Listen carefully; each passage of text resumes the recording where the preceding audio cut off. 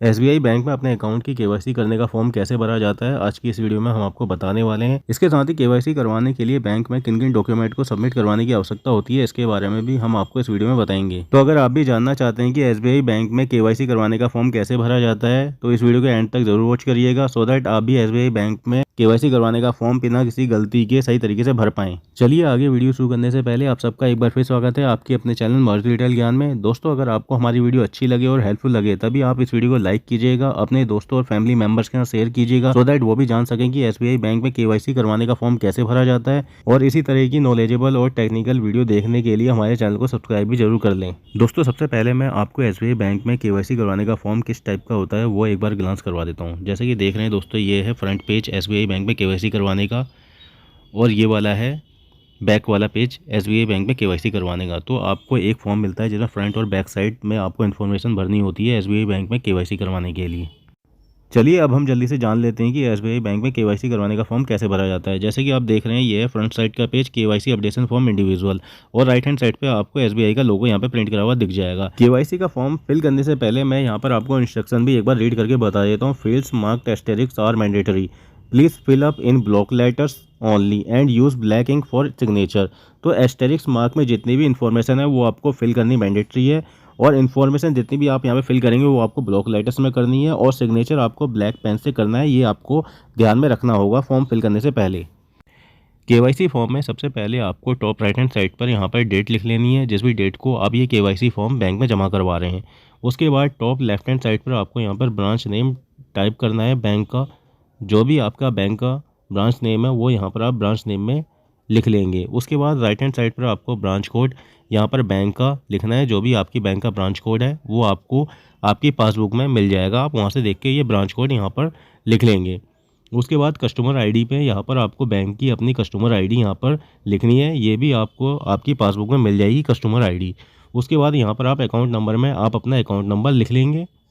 उसके बाद यहाँ पर अकाउंट टाइप दिया हुआ है जिसमें आपको दो ऑप्शन मिल जाएंगे, नॉर्मल और स्मॉल। जैसे कि हमारे यहाँ नॉर्मल अकाउंट है तो यहाँ पर हम नॉर्मल वाले ऑप्शन पे टिक करेंगे। उसके बाद यहाँ पर आप आएंगे राइट हैंड साइड पर एप्लीकेशन टाइप, यहाँ पर आपको दो ऑप्शन मिलेंगे, न्यू और अपडेट। जैसे कि यहाँ पर हम अपने बैंक की केवाईसी को अपडेट करवा रहे हैं तो यहाँ पर अपडेट वाले ऑप्शन पर हम टिक करेंगे। उसके बाद नीचे आएंगे, यहाँ पर आपको पर्सनल डिटेल फिल करनी है।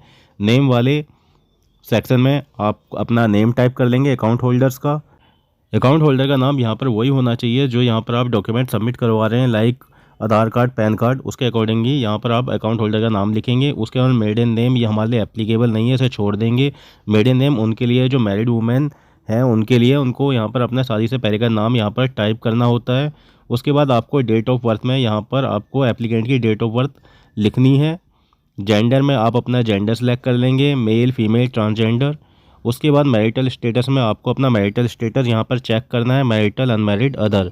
तो जो भी आपका मैरिटल स्टेटस है वो यहाँ पर आप चेक कर लेंगे। उसके बाद name of father, mother, suppose, please tick one. जिसका भी नाम यहाँ पर आप लिख रहे हैं उस पर आप टिक करेंगे। अगर आप अनमैरिड है तो यहाँ पर आप फादर मदर पर टिक करेंगे, उनका नाम यहाँ पर आपको लिखना होगा। अगर आप मैरिड हैं तो यहाँ पर आपको स्पोज नेम लिखना होगा, हस्बैंड या वाइफ का। और अगर आपके पास पैन कार्ड नहीं है तो आपको यहाँ पर फादर्स नेम लिखना मैंडेटरी है। जैसे कि यहाँ पर इंस्ट्रक्शन दी हुई है नीचे, father's name is mandatory if pan is not provided. तो अगर आप पैन कार्ड प्रोवाइड नहीं कर रहे हैं तो यहाँ पर आपको फादर्स नेम लिखना ज़रूरी है। उसके बाद नंबर ऑफ़ डिपेंडेंट्स में आप जितने भी फैमिली मेम्बर आपके ऊपर डिपेंडेंट है वो यहाँ पर लिखेंगे, अदरवाइज इसे ब्लैंक छोड़ देंगे। इलिटरेट वाले ऑप्शन में आपको दो ऑप्शन मिल जाएंगे, येस और नो। अगर आप अशिक्षित हैं, पढ़े लिखे नहीं हैं, तो आपको येस वाले ऑप्शन पर टिक करना है, और अगर आप इलिटरेट नहीं है, पढ़े लिखे हैं, तो आपको नो वाले ऑप्शन पर टिक करना है। उसके बाद name of guardian in case of minor. अगर आप माइनर की केवाईसी करवा रहे हैं तो यहाँ पर उनके गार्जियन का नेम आएगा और रिलेशनशिप विद गार्जियन। तो ये माइनर जो होंगे जिनकी केवाईसी आप करवा रहे हैं तभी ये भरना है, अदरवाइज इसे छोड़ देंगे। उसके बाद नेशनलिटी यहाँ पर आप सेलेक्ट करेंगे। अगर आप इंडियन है तो यहाँ पर इंडियन वाले ऑप्शन पर चेक कर लेंगे। अदर कंट्री है तो यहाँ पर अदर वाले ऑप्शन में सेलेक्ट करके अदर कंट्री का नेम यहाँ पर लिख लेंगे। जो भी नेशनलिटी अदर कंट्री की है वो यहाँ पर आप लिख लेंगे। उसके बाद ऑक्यूपेशन टाइप में जो भी आपका व्यवसाय है, जो भी आप काम करते हैं वो यहाँ पर आप सेलेक्ट कर लेंगे, like service, private sector, public sector, government sector, other, professional, self employed, retired, housewife, student, business, not categorise, please specify. जो भी आपका इनमें से ऑक्यूपेशन है वो यहाँ पर आप सेलेक्ट करेंगे। उसके बाद मंथली इनकम, जो भी आपकी मंथली इनकम है वो यहाँ पर आप मेंशन कर देंगे। उसके बाद सोर्स ऑफ इनकम में आप अपनी सोर्स ऑफ इनकम सेलेक्ट कर लेंगे, like salary, business income, agriculture, investment income, pension, other. जो भी आपकी सोर्स ऑफ इनकम है वो यहाँ पर आप सिलेक्ट करेंगे। उसके बाद रिलीजन में जो भी आपका रिलीजन है, हिंदू, मुस्लिम, क्रिश्चियन, सिख, अदर, वो आप सेलेक्ट कर लेंगे रिलीजन। उसके बाद आपको कैटेगरी में कैटेगरी सेलेक्ट करनी है, like general, OBC, SC, ST, जो भी आपकी कैटेगरी है वो यहाँ पर आप सेलेक्ट कर लेंगे। उसके बाद पर्सन विद डिसेबिलिटी में यहाँ पर आपको दो ऑप्शन मिलेंगे, येस और नो। अगर किसी भी प्रकार की डिसेबिलिटी है तो यहाँ पर येस वाले ऑप्शन पर टिक करेंगे। अगर आप येस वाले ऑप्शन पर टिक करते हैं तो यहाँ पर आपको दो ऑप्शन और मिलेंगे, विजुअली इम्पेयर्ड और डिफरेंटली एबल्ड। तो इन दोनों से जो भी आपकी डिसेबिलिटी है वो यहाँ पर सिलेक्ट करेंगे। अगर नहीं है तो नो वाले ऑप्शन पर टिक करेंगे, पर्सन विद डिसेबिलिटी वाले ऑप्शन में। एजुकेशनल क्वालिफिकेशन, यहाँ पर जो भी आपकी एजुकेशनल क्वालिफिकेशन है वो यहाँ पर आप सिलेक्ट करेंगे, like below SSC, SSC, HSC, graduates, post graduates, professional, other. तो जो भी आपकी एजुकेशन क्वालिफिकेशन है वो यहाँ पर आप सिलेक्ट कर लेंगे। उसके बाद फिर ऑर्गेनाइजेशन नेम में जिस भी ऑर्गेनाइजेशन में आप जॉब करते हैं वो यहाँ पर आप मेंशन कर देंगे। डेजिग्नेशन क्या है आपकी वो मेंशन करेंगे। नेचर ऑफ बिजनेस क्या है वो यहाँ पर आप मेंशन कर देंगे। उसके बाद please tick the applicable box. यहाँ पर आपको तीन ऑप्शन मिलेंगे, politically export person, related to politically export person और नन। तो ये हमारे लिए दोनों में से कोई एप्लीकेबल नहीं है, तो यहाँ पर नन वाले ऑप्शन पर हम टिक करेंगे। उसके बाद country code of jurisdiction of residence, code for India is IN, तो यहाँ पर हम IN टाइप कर लेंगे। उसके बाद प्लेस सिटी ऑफ बर्थ, यहाँ पर आपका जो भी प्लेस सिटी ऑफ बर्थ है वो यहाँ पर आप लिख लेंगे। उसके बाद राइट हैंड साइड पर आप सिटीजनशिप में इंडिया लिख लेंगे।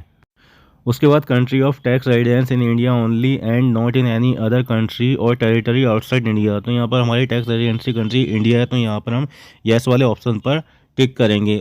उसके बाद फिर नीचे यहाँ पर आपको पैन नंबर लिखना है, जो भी आपका पैन नंबर है वो यहाँ पर आप लिख लेंगे। If pan is not submitted submit form 60। अगर आप पैन नंबर नहीं सबमिट करवा रहे हैं या आपके पास पैन नंबर नहीं है तो आपको यहाँ पर फॉर्म 60 सबमिट करना होगा। अब इसके बाद आपको कॉन्टैक्ट डिटेल्स फिल करनी है। All communication will be sent on provided mobile number, email ID. तो यहाँ पर आपको सबसे पहले कॉन्टैक्ट डिटेल में मोबाइल नंबर टाइप करना है आपका अपना। उसके बाद यहाँ पर राइट हैंड साइड पे आएंगे, ईमेल आईडी आप टाइप कर लेंगे। उसके बाद नीचे यहाँ पर लेफ्ट हैंड साइड पे ऑल्टरनेटिव मोबाइल नंबर अगर आप देना चाहते हैं तो यहाँ पर आप टाइप कर लेंगे। तो ये हमारा केवाईसी का फ्रंट वाला पेज फिल हो गया है। अब हम केवाईसी का बैक वाला पेज फिल करेंगे। जैसे कि आप यहाँ पर देख रहे हैं, proof of identity address, please tick the appropriate box, any one ID type and give details. तो आइडेंटिटी के तौर पर आप जो भी ID प्रूफ जमा करवा रहे हैं जो यहाँ पे मेंशन किए हुए हैं, like passport, voter identity card, driving licence, UID, Aadhaar card, any other, NREGA job card, letter issued by national population register, इनमें से जो भी आप ID प्रूफ जमा करवा रहे हैं उसे आप सिलेक्ट कर लेंगे। उसके बाद डॉक्यूमेंट नंबर, आइडेंटिफिकेशन नंबर में जो भी आप ऊपर डॉक्यूमेंट को सबमिट करवा रहे हैं ID प्रूफ के तौर पर, उसका यहाँ पर आप डॉक्यूमेंट नंबर टाइप कर लेंगे। और अगर आपके पास डॉक्यूमेंट नंबर की इश्यू डेट है तो आप यहाँ पर इश्यू डेट वाले ऑप्शन में इश्यू डेट टाइप कर लेंगे। और कोई एक्सपायरी डेट है तो यहाँ पर आप एक्सपायरी डेट वाले सेक्शन में टाइप कर लेंगे। उसके बाद आप एड्रेस डिटेल को फिल कर लेंगे, लाइक करंट, परमानेंट, ओवरसीज, इसे आप सिलेक्ट कर लेंगे। उसके बाद एड्रेस टाइप में आपका एड्रेस टाइप किया है, residential business, residential business, registered office, unspecified. तो जो भी आपका रेजिडेंशियल टाइप है वो यहाँ पर आप सिलेक्ट करेंगे। उसके बाद एड्रेस के अंदर आप अपना एड्रेस टाइप कर लेंगे। उसके बाद सिटी विलेज के अंदर आप अपना सिटी विलेज टाइप कर लेंगे। उसके बाद डिस्ट्रिक्ट वाले सेक्शन में आप अपना डिस्ट्रिक्ट टाइप कर लेंगे। स्टेट वाले सेक्शन में आप अपना स्टेट टाइप कर लेंगे। पिन कोड में आप अपना पिन कोड टाइप कर लेंगे। उसके बाद फिर आपको यहाँ पर एड्रेस डिटेल फिल करनी है, like correspondence local same as current permanent address. तो यहाँ पर हमारा करंट और परमानेंट एड्रेस सेम है तो इस वाले ऑप्शन पर हम चेक कर देंगे। उसके बाद एड्रेस टाइप यहाँ पर आप सिलेक्ट कर लेंगे, जो भी आपका एड्रेस टाइप है, like residential business, registered office, unspecified. और एड्रेस वाले ऑप्शन में आप अपना एड्रेस टाइप कर लेंगे।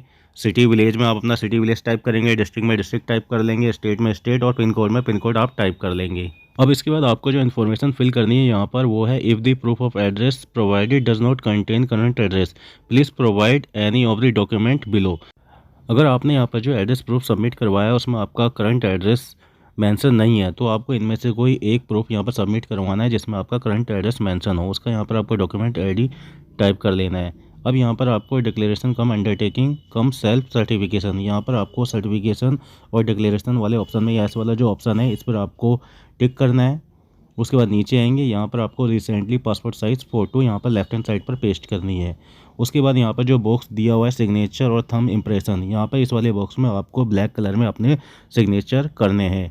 इसके बाद नीचे आएंगे, लेफ्ट हैंड साइड पर यहाँ पर आपको प्लेस मेंशन कर देना है जहाँ पे आप रहते हैं, जहाँ पे ये आप फॉर्म सबमिट करवा रहे हैं। उसके बाद डेट वाले ऑप्शन में आप जिस भी तारीख को ये केवाईसी का फॉर्म सबमिट करवा रहे हैं वो यहाँ पर डेट मेंशन कर देंगे। अब हम दोस्तों आपको ये भी बता देते हैं कि इस केवाईसी फॉर्म के साथ आपको किन किन डॉक्यूमेंट को बैंक में जमा करवाने की ज़रूरत होगी। इसमें सबसे पहले आपको एक पासपोर्ट साइज फ़ोटोग्राफ जमा करवानी होगी, उसके बाद एक आपको आधार कार्ड की कॉपी जमा करवानी होगी और एक पैन कार्ड की कॉपी जमा करवानी होगी। तो ये डॉक्यूमेंट आपको इस फॉर्म के साथ केवाईसी फॉर्म के साथ जमा करवाने होंगे बैंक में। तो दोस्तों ये था पूरा प्रोसेस एसबीआई बैंक के केवाईसी फॉर्म को भरने का। आई होप कि दोस्तों आप इस वीडियो की हेल्प से एसबीआई बैंक का केवाईसी फॉर्म भरना सीख गए होंगे।